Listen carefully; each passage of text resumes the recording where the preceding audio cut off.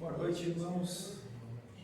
Sejam todos bem-vindos, encarnados e desencarnados, à nossa casa de oração, a casa onde vamos conversar sobre Jesus, sobre o Evangelho, sobre a doutrina espírita, sobre os ensinamentos, que a mensagem que a nossa irmã falou ali, leu agora há pouco, quando Jesus veio nos chamar a essa luz, a esse entendimento, que é o que a doutrina espírita tão maravilhosamente vem há 167 anos fazendo, né?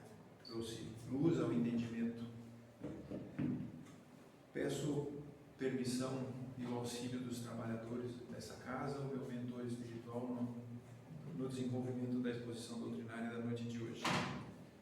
O assunto que foi escolhido hoje: considerações e concordâncias bíblicas referentes à criação. Isso faz parte do capítulo 3 da criação, questão 59 do Livro dos Espíritos. Para iniciarmos a palestra de hoje, primeira coisa importante, eu acho que voltamos a um texto que está no Evangelho segundo o Espiritismo, no capítulo 1, item 8, quando Kardec fala sobre a aliança da ciência e da religião. Eu acho que antes de começarmos a falar sobre considerações e concordâncias bíblicas referente à criação, nós temos que entender a importância da aliança entre religião, entre ciência e religião. Então, Kardec, nesse capítulo 1, item 8 do Evangelho, vem falar que a ciência e a religião são duas alavancas da inteligência humana. Uma revela as leis do mundo material e a outra do mundo moral. Tendo, no entanto, essas leis o mesmo princípio, que é Deus, não podem contradizer-se. Se fossem a negação de uma da outra, uma necessariamente estaria em erro e a outra com a verdade. Portanto, Deus não pode pretender a destruição de sua própria alma.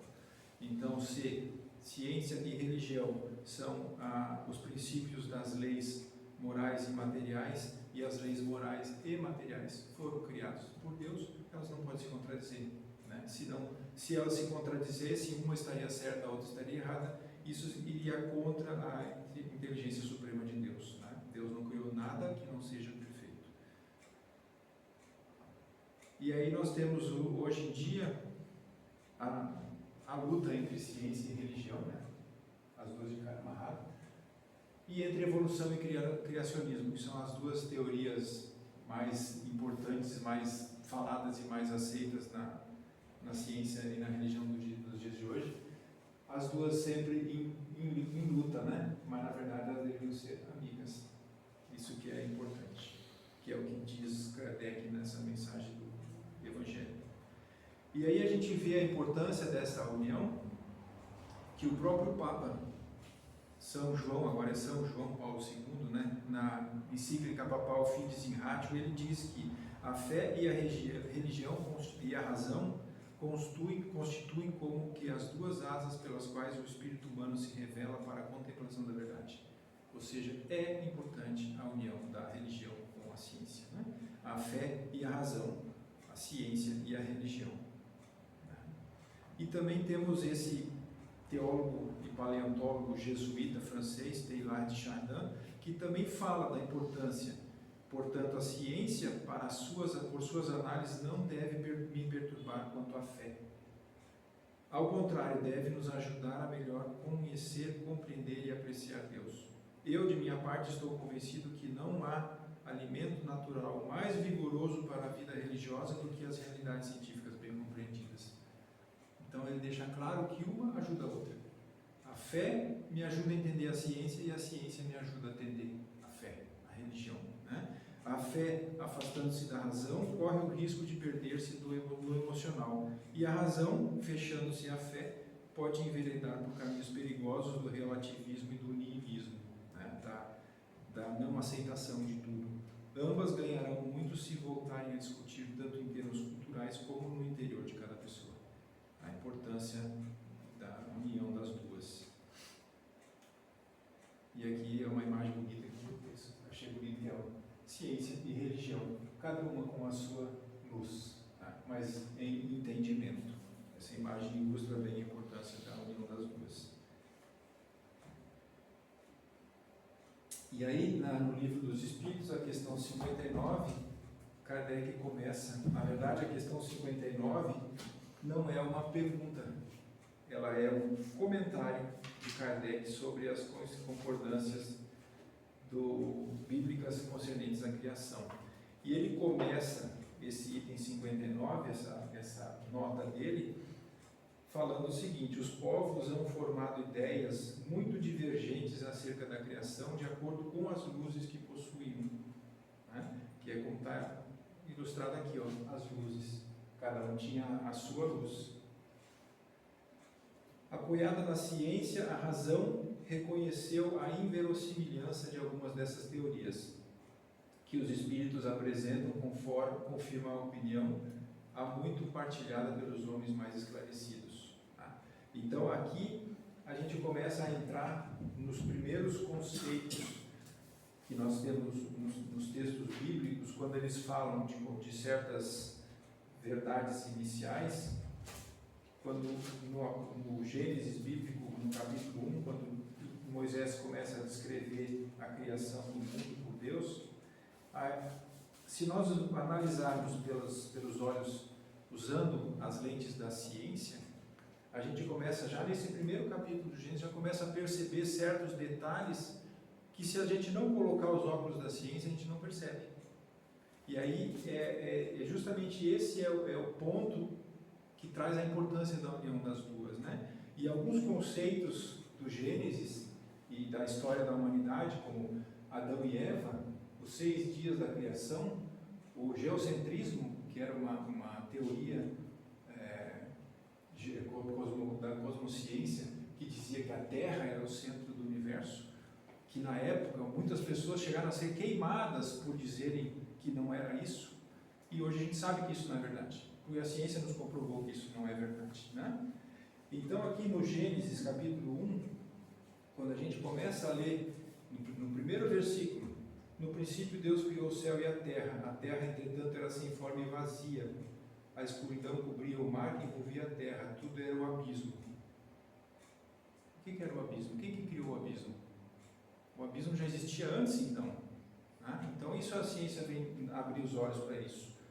E aí Deus disse: haja luz, e houve a luz, e Deus viu que a luz era boa e separou a luz das trevas e chamou a luz dia e as trevas à noite. Ou seja, ele separou o dia da noite. Mas o sol e a lua só foram criados no 4º dia, segundo a Gênesis. Então a gente começa a analisar pelos óculos da ciência que, se a gente for usar a literalidade disso aqui, fica meio estranho de entender, tá? E é justamente essa é a importância de a gente colocar os óculos da ciência para entender isso. Haroldo Dutra tem uma obra, quando ele faz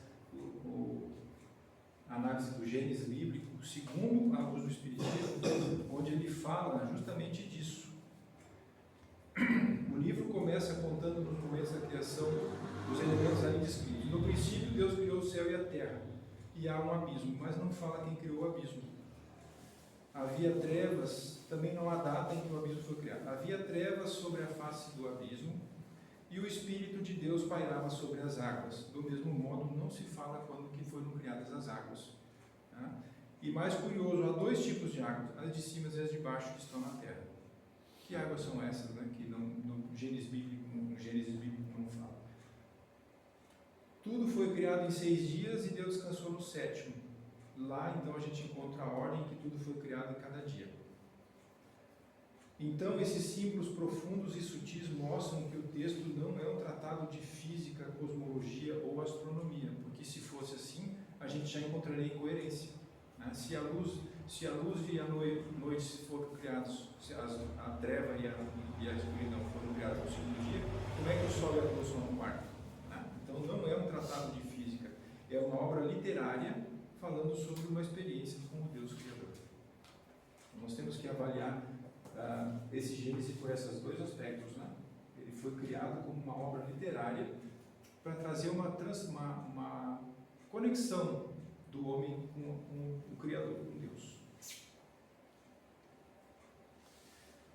E aqui a gente pega uma tabela da evolução do planeta Terra, do Sistema Solar, e a gente vê, coincidência, nunca, né? Que os 6 dias da criação são iguais a 4,6 bilhões de anos. Então, se a gente for ver aqui as 6 etapas, 1, 2, 3, 4, 5, 6 dias. Né? Então, a única diferença é que aquele um dia que está na Bíblia, na verdade, é um período de tempo bem maior. E aí a gente começa a entender o que ele quis dizer com essa alegoria da criação.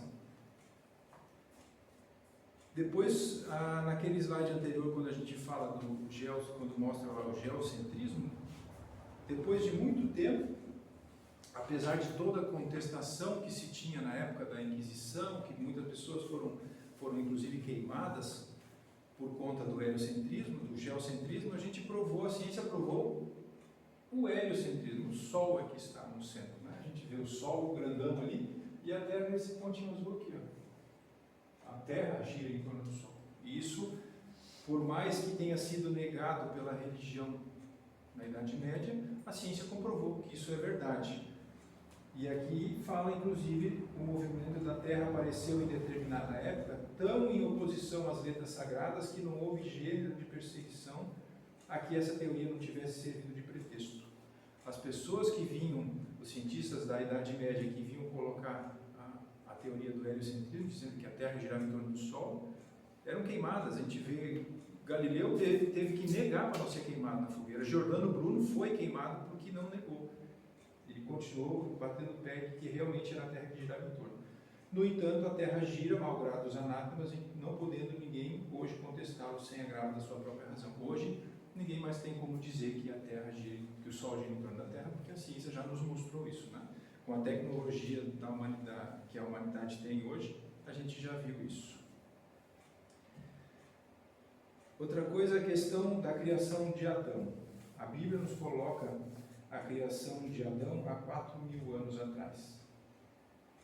Adão foi criado há 4.000 anos atrás. O homem surgiu como homem já, Homo sapiens, há 4.000 anos atrás.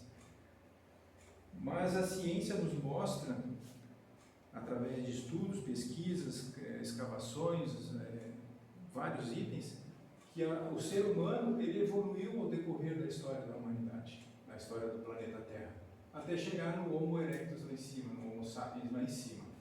Ele passou por todo um caminho de evolução do corpo físico para que ele se preparasse para receber o espírito no estado que necessário. O espírito, para que ele viesse para esse plano, ele tinha que ter um corpo físico que coubesse esse espírito, que ele tivesse condições de interagir com a sociedade, de interagir com o outro. E para que isso acontecesse, a matéria tinha que se desenvolver. E para que a matéria se desenvolvesse, ele teve que passar por todo esse caminho. Então ele saiu lá do primata, foi subindo, e em um certo momento eles se dividiram. Um lado continuou sendo primata, o outro lado foi se desenvolvendo. Vieram os australopithecus, os pitecantropos, e até chegar nos homos, né? Na filo homos, que aí tem o Homo erectus, o forensiensis, o neanderthalensis, até chegar no homem de ser humano. O Homo sapiens como nós somos hoje. Hoje nós somos Homo sapiens sapiens, a espécie humana. E essa mocinha simpática aqui, vocês sabem quem é? A Lucy. Até 5 ou 6 anos atrás, era digamos assim, o ancestral do ser humano mais antigo que já tinha sido encontrado até hoje na humanidade, 3,2 milhões de anos. Hoje já acharam um mais antigo ainda, 4,4 milhões de anos, só que esse outro eu não achei a foto. Então esse aqui é o nosso ancestral genético. Então ele foi se desenvolvendo, e essa aqui, apesar dessa carinha de macaquinho, ela já andava em pé, ela já tinha os braços encurtados e as pernas alongadas para poder se manter ereta, né? O tamanho da caixa craniana já estava aumentando, o tamanho da mandíbula já estava diminuindo, né? Porque estava mudando o tipo de alimentação, estava se adaptando para chegar numa forma em que o espírito pudesse incorporar ele e agir no mundo como teria de ser. Aqui nós temos outra coincidência? Não é coincidência, né? A sequência do surgimento das espécies. Na Bíblia, a gente tem a sequência assim, né? Formou a terra, separou as águas, o verde, os animais marinhos, o firmamento, aqui aliás, animais marinhos e o ser humano. Aí nós vemos aqui na evolução das espécies do planeta Terra: peixe, réptil, anfíbio, mamíferos, ser humano. Na mesma sequência. Isso foi coincidência? Não, né? Não é coincidência. Isso são as leis da natureza, as leis divinas, as leis de Deus agindo em cima da matéria.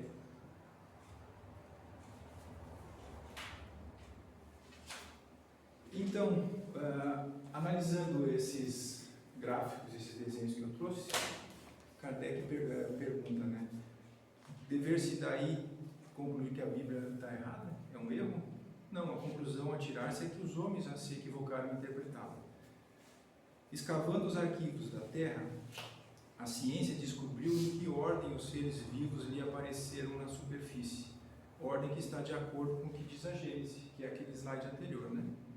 Com a diferença de que essa obra, em vez de executada milagrosamente por Deus em algumas horas, se realizou sempre pela sua vontade, mas segundo as leis das forças da natureza em alguns milhões de anos. Tá? Então é isso aí, ele realizou, aí ele comenta: ficou sendo Deus por isso menor e menos poderoso? Perdeu em sublimidade a sua obra por não ter o prestígio da instantaneidade? Evidentemente que não. E isso é mais uma prova da imutabilidade de Deus. Deus criou as leis da matéria para que a matéria evoluísse numa sequência, numa programação, e ele não, se ele fizesse a criação instantânea, ele estaria alterando, estaria mudando as leis da evolução da matéria. Então, a evolução sendo no decorrer de milhões de anos, ela simplesmente corrobora as leis divinas, as leis da matéria. E a ciência, então, longe de apocar a obra divina, nos-la mostra sob um aspecto mais grandioso e mais acorde com as noções que temos do poder e da majestade de Deus, pela razão mesma dela se haver efetuado sem a derrogação das leis da natureza. Então ela vem simplesmente corroborar, mostrar que realmente as leis da natureza, as leis divinas estão corretas. E que a interpretação humana dos textos evangélicos, ela simplesmente foi equivocada porque a gente tirou os óculos da ciência na hora de analisar o texto evangélico. Até porque, na época onde ele foi escrito, as leis da ciência, os óculos da ciência ainda não tinham sido inventados.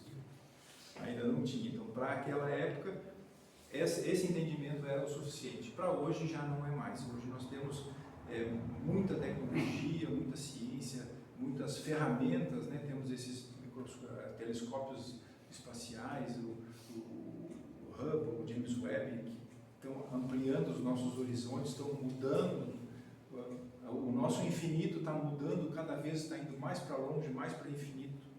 Tá? Até o Big Bang já foi empurrado quase 1 milhão de anos mais para trás ainda. Outro ponto que o Kardec traz à tona nesse item 59, que nos mostra também a necessidade de um entendimento com outros olhos, é a questão da Arca de Noé. Segundo a Bíblia, a Arca de Noé, a história da Arca de Noé se passou no ano 1654, ano judaico, que equivale ao 2106 a.C. no nosso calendário gregoriano. Então, se a gente for analisar bem, aqui essa foto é um desenho bíblico, né, da Arca de Noé, e aqui é uma foto do Monte Ararat, onde supostamente aquele buraco ali seriam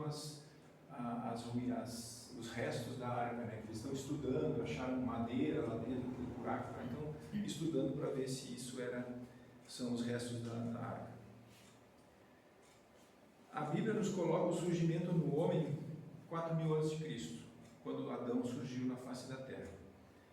E 1650 anos depois, toda a raça humana foi destruída, com exceção da família de Noé. Isso no ano 2350 a.C. Então, ou seja, Noé surgiu 4.000 anos antes de Cristo e durante 1650 anos ele viveu no planeta, se procriou, multiplicou, proliferou, criou outras populações, outras civilizações. Em 2350 a.C., veio o dilúvio e exterminou tudo. Quando os hebreus emigraram para o Egito, já em 1700 a.C., depois da época de Noé, eles chegaram lá e encontraram um país muito povoado, bastante adiantado em civilização. Nessa época, a história humana, nossos livros de história já nos prova que a Índia e outros países já floresciam em população e em evolução social. Então seria preciso que num período de 650 anos, entre 2350 e 1700 a.C., não apenas a posteridade de um único homem, de Noé, houvesse podido povoar todos os imensos países conhecidos, supondo que os outros não fossem, né? Mas também que, nesse curto lapso de tempo, a espécie humana houvesse podido elevar-se da ignorância absoluta do estado primitivo ao mais alto grau de desenvolvimento intelectual, o que é contrário a todas as leis antropológicas, né? Então nós vemos aqui o Noé está até felizinho, né? Porque conseguiu fazer tudo isso em 650 anos. Né?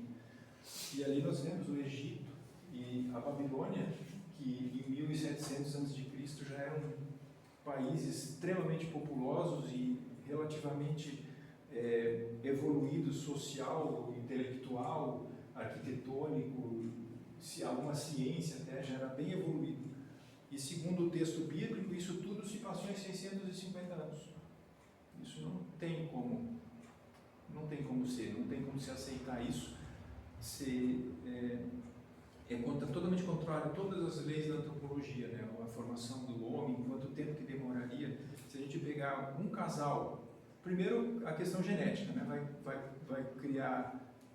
cruzar parentes, primos e irmãos, isso vai degenerar, vai destruir o código genético e vai involuir a evolução humana, né? Mas mesmo assim a gente percebe que não fecha, essa conta não fecha. Se a gente analisar o texto literalmente, não fecha. E outra coisa importante também que corrobora essa não possibilidade é justamente isso. Ó. Nós temos diversas raças diferentes, né? Negro, branco, asiático, amarelo, etíope, índio. E essa diferença de raça, ela corrobora essa opinião, porque o clima e os costumes, a gente sabe que o clima e os costumes, eles alteram a morfologia do homem, mas até certo ponto só. A partir disso, precisa que haja uma alteração genética para que aconteça, e a gente sabe que só o clima não é possível. E essas diferenças constitucionais mais profundas do que as que o clima é capaz de determinar, o cruzamento das raças dá origem a tipos intermediários, que apagam os caracteres extremos, mas não os cria, apenas produz variedades. Então, olha só a quantidade de raças diferentes que nós temos.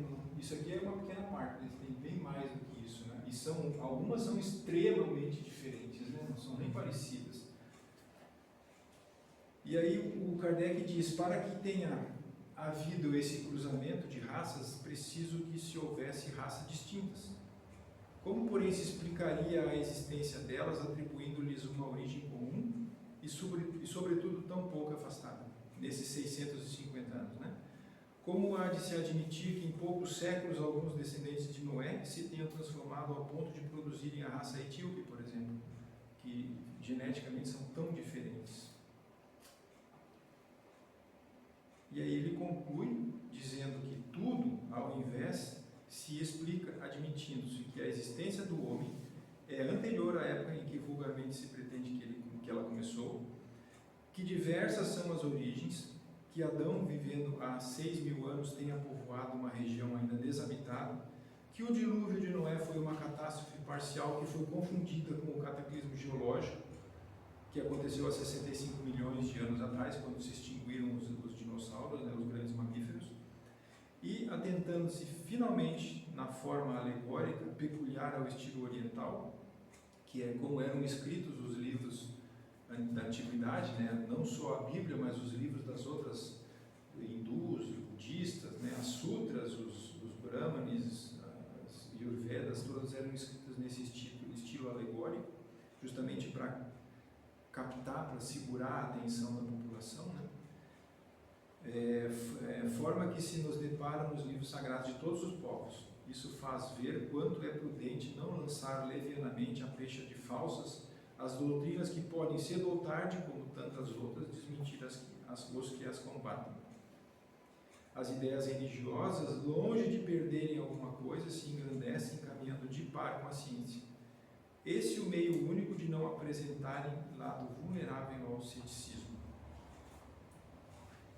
Um exemplo que eu gosto de dar, que eu acho que ilustra bem essa frase, é que Kardec, no Livro dos Espíritos, eu não lembro, acho que é a questão 11, 12, sei lá, bem no começo, pergunta, é possível conhecer a origem das coisas, dos homens e das coisas? E a resposta dos Espíritos, não, todos os seus cálculos são quiméricos. E a ciência está nos provando isso hoje, né? Lá naquela tabela da evolução, a gente vê, cada vez que vai se escavando, vai se descobrindo mais coisas. O ancestral humano era esse, agora já não é mais, agora já não é mais, já não é mais. O universo tinha 99 bilhões de anos-luz de comprimento, o universo conhecido. Lançaram o James Webb, aumentou para 199 bilhões de anos de comprimento do universo. O Big Bang era do 13,6, passou para 14,4 bilhões de anos. Então, os cálculos são quiméricos. A ciência vem nos trazendo um olhar mais amplo, um entendimento das leis divinas e vai ampliando os nossos horizontes. E é justamente o que está ali na doutrina.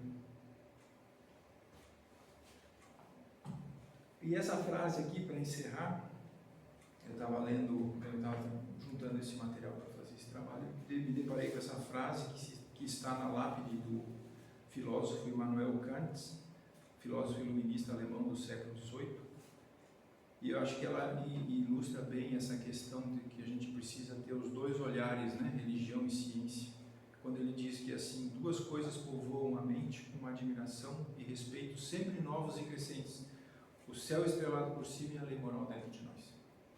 Que acho que isso é o importante, a gente ter os horizontes que a ciência nos abre, mas dentro de nós tem que sempre ter essa lei moral que nos guia no caminho, que não deixa a gente nos desviar, apesar de todas as oportunidades e chances que a ciência vem nos trazer, que a gente não se desvie, que tenha sempre o Evangelho do Cristo, sempre a doutrina espírita, sempre, sei lá, a religião que a pessoa tenha, sempre nos guiando no caminho correto, no caminho que nos mantém moralmente perto do Cristo. Obrigado a todos pela atenção. Espero que as palavras tenham sido tão bem aproveitadas quanto foram para mim quando eu fui levantar esse estudo, que, como já falei antes, tudo que eu trago, tudo isso que a gente busca vai acendendo mais luzes, mais luzes, mais luzes, mas a bateria que acende essas luzes está sempre aqui. Muito obrigado, que fiquem